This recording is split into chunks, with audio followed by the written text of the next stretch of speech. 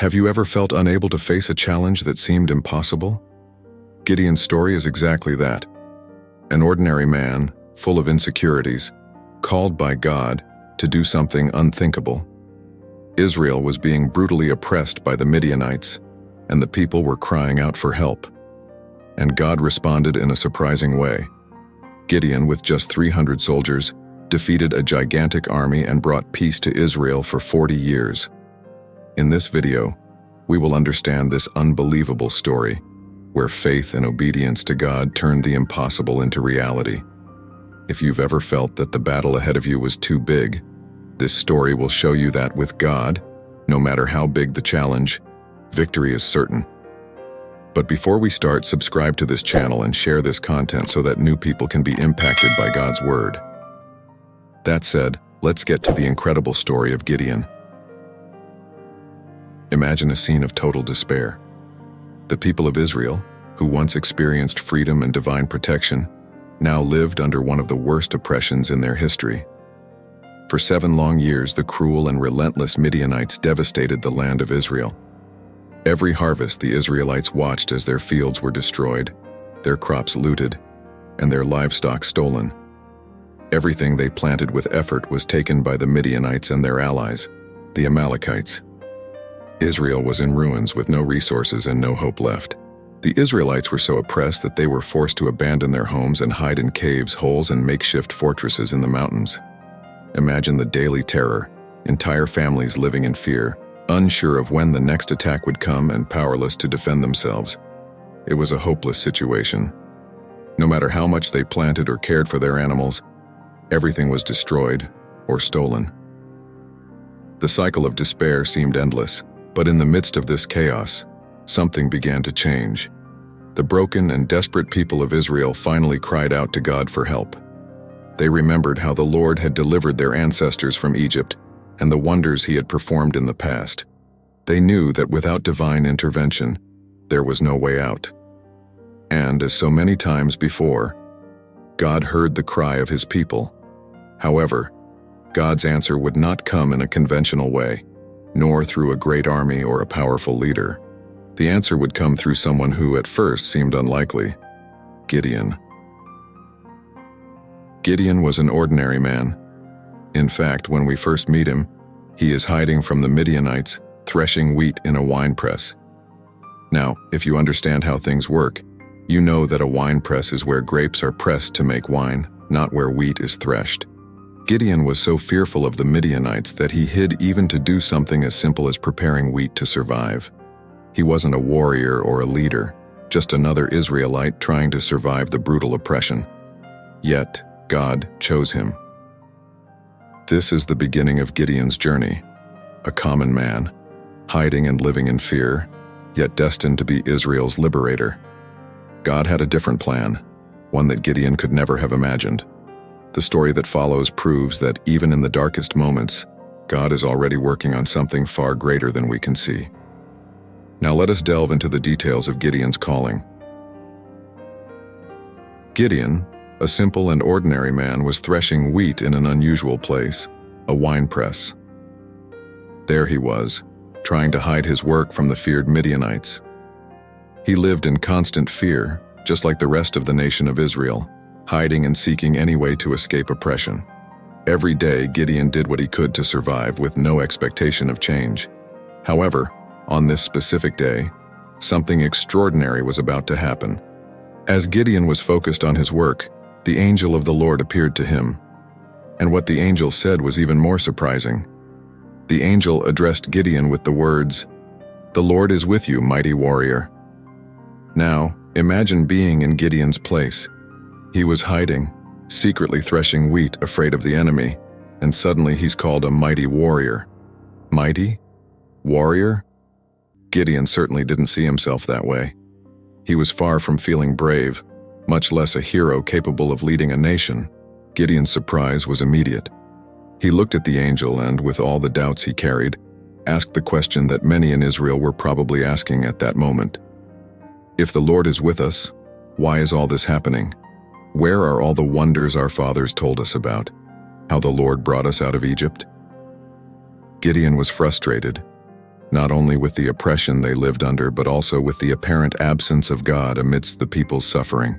Then the angel of the Lord gave a response that would completely change Gideon's life. "Go in the strength you have, and save Israel out of Midian's hand. Am I not sending you?" In other words, God not only heard the cries of Israel but was ready to act, and Gideon, this ordinary man hiding in fear, would be the instrument of liberation. Imagine the impact of these words. God was telling Gideon that he already had what he needed to begin. He, with all his weakness, fears, and insecurities, was chosen by God for a great task. But like any normal person, Gideon was still full of doubts. "How can I save Israel? My family is the weakest in Manasseh, and I am the least in my father's house." He didn't see himself as someone capable of such a mission. Yet the Lord responded with a promise that would resonate throughout his journey. "I will be with you, and you will strike down all the Midianites, leaving none alive."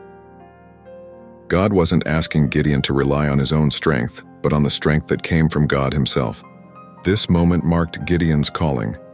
He who once saw himself as the least of the least was now being called by God to lead Israel in one of the most important battles in its history. And this transformation, from an ordinary and fearful man into a mighty warrior, was just the beginning of what God was about to do. Even after the incredible encounter with the angel of the Lord, Gideon still had many doubts. Insecurity weighed on him like a shadow. How could he, such an ordinary man, be chosen to deliver Israel from the feared Midianites? These kinds of doubts likely echoed in the minds of many throughout history. But in Gideon's case, these questions ran deep. He didn't just doubt himself. He was still wondering if it was truly God calling him to this impossible mission. Then Gideon made a bold decision. He asked for a sign. It was an unusual request, but Gideon needed certainty. Imagine the tension and fear he must have felt. He placed a fleece on the ground, and with a heart full of uncertainty, prayed to God, "If it's really you calling me to deliver Israel, make the dew fall only on the fleece and let the ground around it be dry." Gideon was on the brink of a monumental decision, and this request was his way of seeking divine confirmation. He wanted to know with clarity that God was truly with him. The next morning, Gideon woke up early, heart pounding, and went to where he had placed the fleece. And what did he find? Exactly what he had asked for. The fleece was soaked with dew, while the ground around it remained completely dry. God had answered with precision, showing that he was indeed in control of everything. Imagine Gideon's relief at seeing that sign. Yet, even with this confirmation, he still felt a hint of insecurity. Cautious, Gideon asked God for a second sign, this time even more daring. He prayed again, "Do not be angry with me, Lord, but let me make one more request. This time, let the fleece remain dry, and let the ground be covered with dew." It was the reverse of the first request. Gideon wanted another assurance that he wasn't imagining things, that God was truly with him and would support him in this difficult mission. The next morning, once again, Gideon approached the fleece. Now the ground was wet with dew, but the fleece remained completely dry. With patience and mercy, God responded exactly as Gideon had asked. It was as if God was saying, "I understand your doubts, but I am with you. Trust in me." These signs were more than miracles. They were proof that God not only called Gideon to the mission, but was with him every step of the way. God didn't just want Gideon to lead, but to lead with complete confidence in his power. With each sign, Gideon's doubts were being replaced by unshakable confidence. God was confirming that he, the creator of the universe, had a plan. And that plan involved Gideon, the man who once saw himself as the least of the least but was being shaped to be Israel's deliverer. The story of this test with the fleece teaches us about God's patience with our weaknesses and insecurities. Even when we have doubts, He is willing to give us the support and confirmation we need so that we can move forward with courage. Gideon, after so many signs and confirmations from God, finally gathered an army to face the feared Midianites. He managed to assemble 32,000 men, which might seem impressive, but it was still far smaller compared to the massive enemy forces. After all, The Midianites were described as being as numerous as locusts covering the land, with their countless soldiers and camels. But even though Gideon was ready to move forward with those 32,000 men, God had a different plan. God looked at the army and said something surprising to Gideon. "Your army is too large." Too large? How could that be? In human logic, the bigger the army, the better. But God wanted Israel's victory to be clearly attributed to him and not to military strength. If Gideon won the battle with 32,000 soldiers, the people might think it was because of their numbers and abilities. God wanted it to be evident that the victory would be a divine miracle. And so, the first reduction began. God instructed Gideon to tell his army, "Whoever is afraid may go home." With that simple announcement, 22,000 men left. Now think about that for a moment. More than 2/3 of Gideon's army simply walked away. What remained was just 10,000 men. Surely Gideon must have felt a heavy heart watching so many troops leave, but he knew it was God's will. Yet the reduction wasn't over. God told Gideon that 10,000 men were still too many. Then came the second reduction, this time through an unusual test. God instructed Gideon to take the men to the water and watch how they drank. Those who knelt down and drank the water directly from the river would be dismissed. However, those who scooped the water to their mouths with their hands would be the ones chosen for battle. Now imagine Gideon observing each soldier, knowing that this test would determine the future of the battle. One by one, many of the men knelt and drank directly from the river, while only a small portion brought the water to their mouths with their hands. When the test was over, only 300 men remained. Yes, 300 against an army of thousands. Think of the impact of this reduction. From 32,000 men, now only 300 remained. What was already a disadvantage in human terms now seemed impossible. Gideon, who had felt insecure from the beginning, was now left with an army reduced to almost nothing. But this was precisely the lesson God wanted to teach. Victory wouldn't come from human strength, but from divine power. God wanted Israel to see that when he is in control, human numbers and strategies are not the most important. These 300 men were chosen to be part of a story that would be told for generations. They were few, yes, but they were about to be part of one of the greatest military victories the world had ever seen. Gideon, with his small army, was about to face the enemy in a way no one could have predicted. This moment in history teaches us that God doesn't need many to accomplish the impossible. He chooses the few, the unlikely, and through his power, transforms weakness into victory. The reduction of Gideon's army was a preparation for something much greater than an ordinary battle. It was the prelude to a victory that would show the world the power of the God of Israel. Gideon stood before his 300 men, not armed with swords or spears, but with trumpets, torches, and clay jars. That's right. God's strategy to defeat the massive Midianite army didn't involve brute force or powerful weapons, but something much simpler and surprising. God had prepared a completely different plan, one that would confuse the enemies and show, once again, that the true strength lay in him, not in human resources. Following God's instructions, Gideon divided his 300 men into 3 groups, strategically positioned around the Midianite camp. The night was dark and silent. The enemy soldiers, confident in their overwhelming numbers, slept soundly, unaware of what was about to happen. They never could have imagined that 300 Israelites would approach for battle, not with weapons of war, but with faith and obedience to God's plan. Each soldier held a trumpet in one hand and a torch hidden inside a clay jar in the other. Now imagine the weight of responsibility these men carried. They knew they were vastly outnumbered, but they also knew they were about to witness a miracle. Gideon, with a confidence that could only come from God, led them forward. At the exact moment in the dead of night, Gideon gave the signal.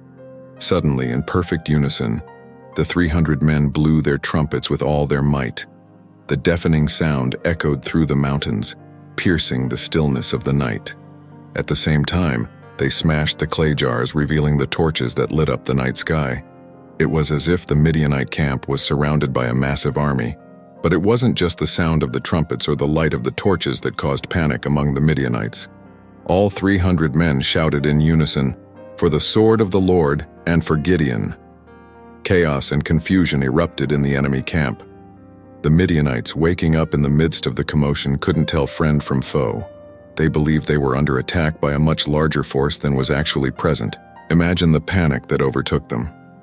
In the dark, with the sounds of trumpets blaring, torches shining from every direction, and the war cries ringing out, the Midianites began to turn their swords against each other. They were so disoriented that, in their desperation, they started killing their own comrades. What was supposed to be a peaceful night in the camp turned into a complete disaster for Israel's enemies. What had seemed to be an unbeatable army was utterly dismantled without the Israelites even needing to engage in hand-to-hand combat. The Midianites fled, and Gideon and his 300 men pursued them, securing a miraculous victory. It was a clear demonstration that Israel's strength wasn't in numbers, but in faith in the God who fought for them. Gideon, the man who had once hidden in fear, now led Israel in one of the most incredible victories in biblical history. Gideon and his 300 men watched from above, seeing the enemy army destroy itself without even raising a sword. The divine strategy worked flawlessly. What seemed like an absurd, impossible tactic to human eyes became one of the greatest victories in Israel's history. God had shown once again that it wasn't by might or numbers that victory would be won, but by His power. This moment teaches us a great lesson. Often God's ways don't make sense to us. Sometimes He calls us to use strategies that seem unlikely, but it's precisely in those situations that His power is most clearly displayed. Gideon, who had once been hidden in fear, now led an army that triumphed over a colossal enemy using only trumpets, torches, and clay jars. And the result was nothing short of miraculous. Gideon's victory was a clear proof that when God is in command, even the simplest resources can become instruments of great power. And Gideon's 300 soldiers were living witnesses that obedience to God, no matter how strange it may seem, always leads to victory. After Gideon's remarkable victory over the Midianites, something unexpected happened. The people of Israel, still in awe of what they had witnessed, began to see Gideon differently. They no longer saw him merely as a victorious military leader, but as someone who, in their eyes, deserved to govern the nation. After all, who else could lead them with such wisdom and courage? They were ready to crown him as king of Israel. Imagine the people's enthusiasm. They had lived under oppression for years, suffered losses, and had been forced to hide in the mountains to survive. Now, with the crushing victory over their enemies and liberation finally achieved, the desire for stability and security filled their hearts. For many Israelites, the solution seemed clear. Gideon should be crowned king. They believed he was the right man to ensure peace and guide the people with the same bravery he had shown on the battlefield. Then the leaders of Israel gathered and made the formal request. They came to Gideon and said, "Rule over us, both you and your sons and descendants, for you have delivered us from the hands of the Midianites." To the people, it seemed logical. Who better to be king than the one who led them to one of the greatest victories in their history? Gratitude and trust in their leader were evident, and many already envisioned a lineage of kings emerging from Gideon's house. But Gideon's response was surprising. Instead of being swayed by the power and adoration of the people, he gave an answer that reflected his true faithfulness to God.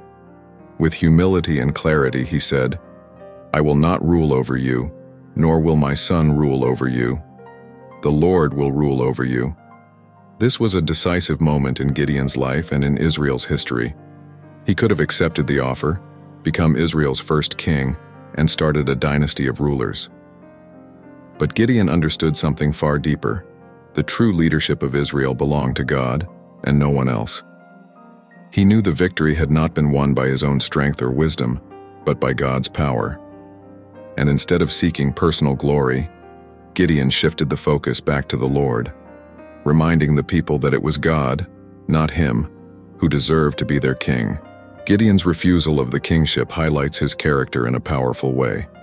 Even after such a grand victory, he remained humble, acknowledging that his role was to serve as God's instrument, not to seek power for himself. Gideon refused to turn God's calling into an opportunity for personal glory. This attitude teaches us a valuable lesson. True leadership is not about power, control, or titles, but about serving and pointing others to God. Gideon could have become a king, but he chose to have the people of Israel focus on their true king, the Lord. With this choice, Gideon ensured that the focus remained on God's faithfulness rather than human success. In this act of humility, Gideon reaffirmed that Israel's story was that of a people guided by God, not by men. He reminded the people that just as God had delivered their ancestors from Egypt, he had now once again delivered Israel from the Midianites. And that was the true victory. Not the crown they could offer Gideon, but the sovereign reign of God over his people. After Gideon's astonishing victory, a new era of peace spread across Israel. Imagine the contrast. The people once living in fear, hiding from constant attacks and invasions, were now free. The Midianites, who had been a constant threat, devastating their crops and leaving Israel on the brink of destruction, were finally defeated. With divine intervention and Gideon's leadership, the enemies were overcome in an impressive manner, and life began to flourish in Israel once again. Now the people could breathe in peace. The families who once lived in terror could return to working their lands, planting and harvesting without fear of their enemies stealing everything. The children, who had grown up hearing stories of oppression and destruction, could now play outside without fear of being attacked. The cities began to rebuild. The villages started to prosper again, and the sound of Gideon's victorious trumpets still echoed in the hearts of the Israelites. It was a time of restoration and hope. The peace that Gideon brought to Israel wasn't fleeting. It lasted for 40 years, 4 decades of tranquility and prosperity. This period of peace was a constant reminder of what God had done for his people. They had lived through a moment that, in human eyes, seemed impossible to overcome, an army of 300 men defeating thousands. But it was this miracle that secured the long-desired peace. During these 40 years, the Israelites experienced something they hadn't felt in a long time: the freedom to worship God without interference, the freedom to live without the constant threat of enemies invading their lands. The story of Gideon, which began with so much fear and doubt, now transformed into a symbol of victory and security. The people's trust in God was restored. They understood that no matter the situation, if they placed their full trust in God, victory was guaranteed. But this story is not just about a physical battle. It teaches us a much deeper lesson. Gideon, in the beginning, saw himself as the least of the least, someone without the capacity to lead or accomplish anything great. He was filled with doubt, insecure, and afraid. Yet God chose him precisely for his weakness, to show that true strength doesn't come from men, but from God. The story of Gideon shows us that God can use even those who see themselves as weak or inadequate to accomplish great things. He transforms weakness into strength, insecurity into courage, and doubt into faith. Gideon's victory is proof that when we trust in God and follow his direction, he leads us through the darkest moments to bring us to victory. No matter how impossible the situation may seem, whether it's a vast army or a personal challenge, God is in control. And just as he did with Gideon, he can surprise us with solutions we never imagined. This peace of 40 years was a divine gift, a time when Israel could live in safety, always remembering that it was the hand of God that had freed them. The story of Gideon is not just about a courageous man, but about a faithful God who never abandons his people, even when everything seems lost. And it is this trust in God that continues to teach us today that true peace and victory come from him. I'd like to know if you've ever heard of Gideon. I also want to know what you learned about God from this story. May the Lord bless your life. See you in the next video.